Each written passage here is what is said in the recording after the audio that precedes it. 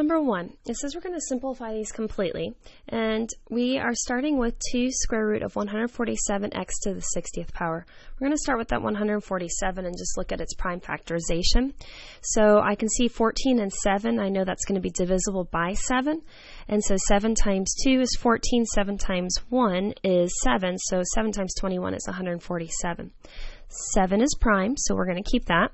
21 can be broken down into 7 times 3, so we'll go ahead and mark those. Now we're ready to simplify this. We have 2 square root of, here I have 3 times 7 times that x to the 60th power. So again, if we multiplied this all out, it would take us back to the beginning. Here's a twin, so we can pull it out, and we're going to multiply with the number on the outside. And you remember, you only remove 1. So we're going to take out a 7, times that 2 is 14. All right, let's look at this x. Since this root is 2, we're going to see how many times 2 can go into 60 evenly, and that is 30 times, so that would be x to the 30th.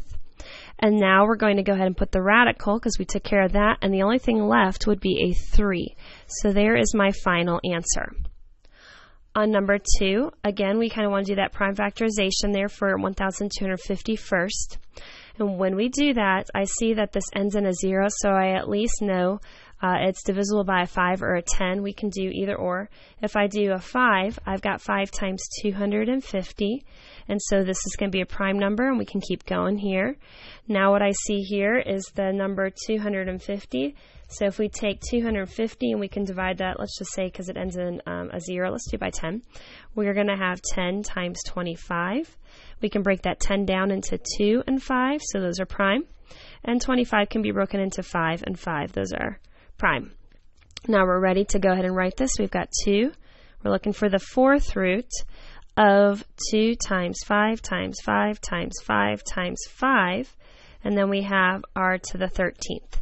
Again, if we multiply all this out, it would give me 1,250 r to the 13th. Now be careful, we're actually not looking for 2's, we're not looking for pairs, we're looking for a group of 4. So there's my group of 4, and I pull it out, and when I pull it out, I still only get to pull 1 out, and I multiply it the number on the outside. So we're going to take out 1 5 times that 10 is 50. Let's look at this r. This time we want to see how many times does 4 go into the 13 evenly. So I'm going to have my r. 4 goes into 13 evenly 3 times, because 3 times 4 is 12.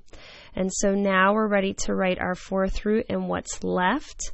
We still have a 2 underneath our radical sign, and we had 1 left over r. When we did 4 times 3 is 12, we had 1 left over r, so it's going to be the 4th root of 2r underneath there.